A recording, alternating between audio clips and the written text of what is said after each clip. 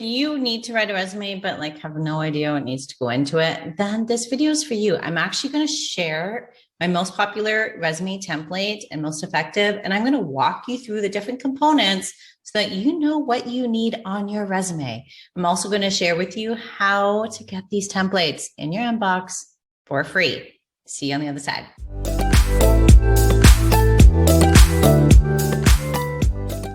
Hello, I'm Sarah Curto, and I am the career coach who helps unhappy workers go from uninspired and exhausted and dreading their days to so happy in a career they love, where they actually make a lot more money, they have the impact they want to have, and they have time for all of the other things that they want in their life.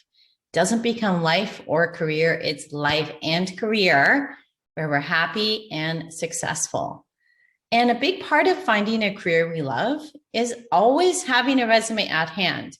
So either we're working and we're happy, or we're not happy and we're looking for new work, and we both still have a resume. One, it feels more like urgent than another, but it is still very important. So I want to share with you my most effective templates. I have two of my most effective and popular templates. They're like designed to go through an applicant tracking system. Plus, I have the Resume That Wows guide. So this is my guide that teaches you the exact steps that I teach in the Career Love Academy, and you're going to get it for free.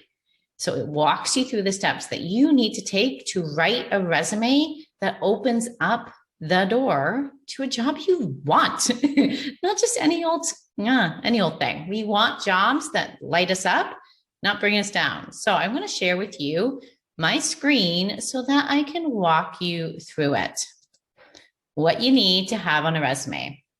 Okay, so this is my turquoise and black. I'm very creative when it comes to naming my resume templates, in case you haven't noticed. Oh, and I forgot to mention, hey, this is just one of many videos that I share on YouTube. So you're going to want to hit subscribe and hit notifications to make sure you don't miss any of them. Okay, so first name, last name, obviously.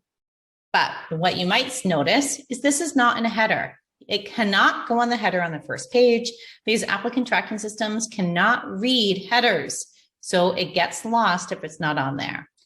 You notice I have city, I don't have address. We don't need your full address, you just need your city. And it's because we want to make sure we have LinkedIn. I recommend hyperlinking. So we would just right click on it and we would add a link, add it directly to your LinkedIn so they don't even have to copy and paste. They just have to click. Let's make things super easy on recruiters, because I know as a recruiter myself, we tend to be a little lazy. So do that, please. Professional profile. This is not an objective statement. This is not about like, I am an HR professional looking to expand my HR skills. It is not that. It is 2 to 3 sentences max.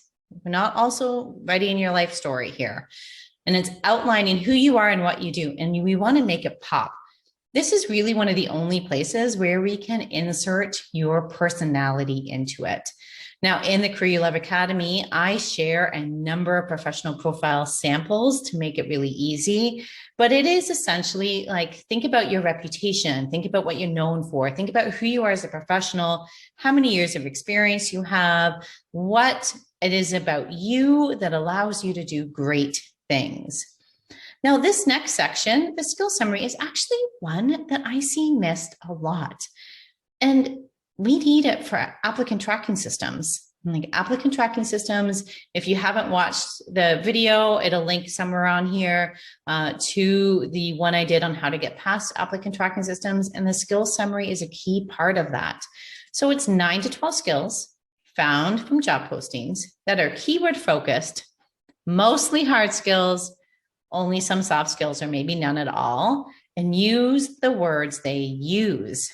So for sales, if they use sales, use sales. If they use account management, use account management. They use business development, use business development. You get where I'm going here. You use the words that they use. Now, if they have a bunch of technical skills needed, or you come with a bunch, We can have them outlined separately here. But if you just have like MS Office, it could take up one of these 9 to 12 skills. Okay, the professional experience. We're going to set it up for an applicant tracking system, which means company name and then dates. Use the months, please, and then job title. And why I say use months, if you have 2019 to 2020, that could be 2 months or that can be 2 years. The months really help outline it. And the job title, you want to use a job title like that makes sense for what you want to go to. So it can be a slight tweak on your current. We can be removing stuff. Like if you are an office manager, but you're applying to executive assistant positions, you can do office manager / executive assistant, because the office manager usually does support like a senior leader or an owner. So you can definitely do that. I would do the / so we're not completely changing it, but we can have slight tweaks so that it's more in line with the job you're going for. I think of the psychology of the reader when I'm going through a resume. So I want you to think about a skimmer, because there's the psychology of a reader and the psychology of a reader that is skimming. And a skimmer reads the first and last sentence, and it's like skim, and glances at the middle. So if we just have one big section of a whole bunch of bullet points, which is the most common, but they're only skimming one block of something. Whereas when we break it up like this, we have an opening paragraph, we have some task-related bullet points, we have some accomplishment-related bullet points. We're actually tricking their eyes into skimming 3 different sections instead of 1.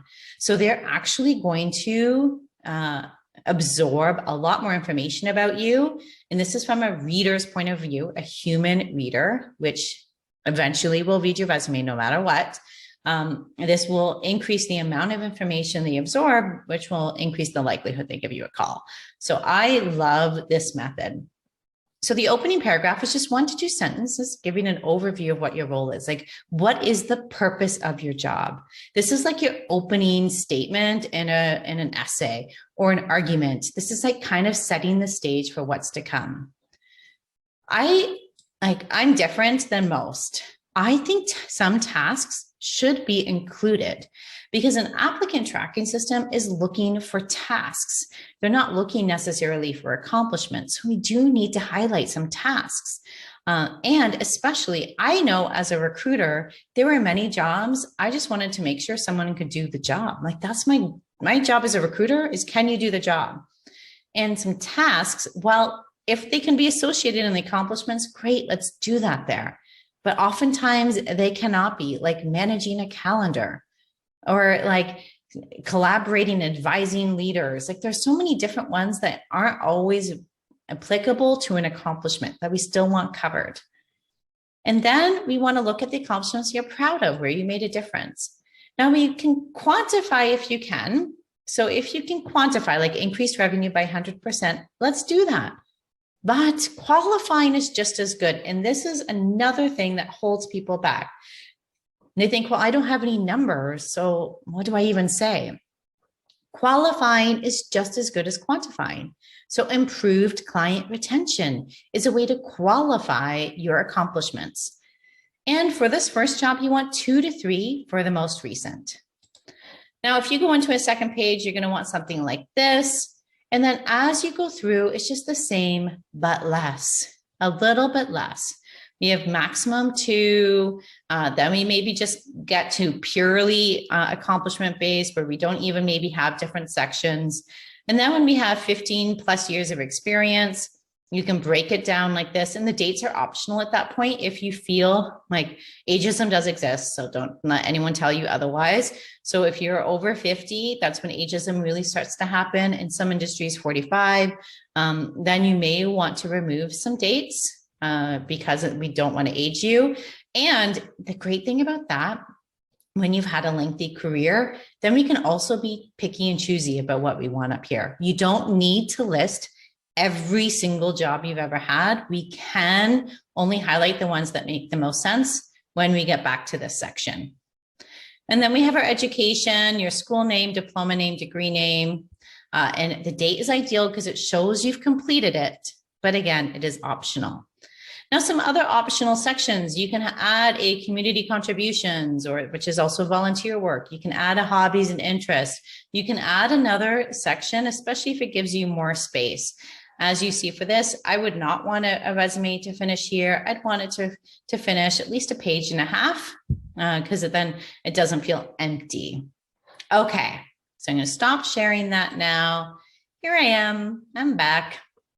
So that is the components of a resume and some of the walkthrough of why they're there, what's important. Now, I want you to get these templates because they are the best thing out there. They're going to open up so many doors. Everyone who's used them have gotten more interviews, and they're not clients. Then they don't have to pay me for this because you're not going to pay me for this. So I highly recommend you downloading them. The link's below to get them. Let me know which one you're going to choose. If you're going to do this turquoise and black, or you're going to use the clean, modern black, like I told you. I'm so good at naming things creatively. And if you have any questions about the components, what I mean, or want some further information on what I mean, comment below, let me know. Don't forget to subscribe and hit the notification so that you don't miss a single one of these trainings. And until next week, have a great one. I'll see you later. Take care. Bye.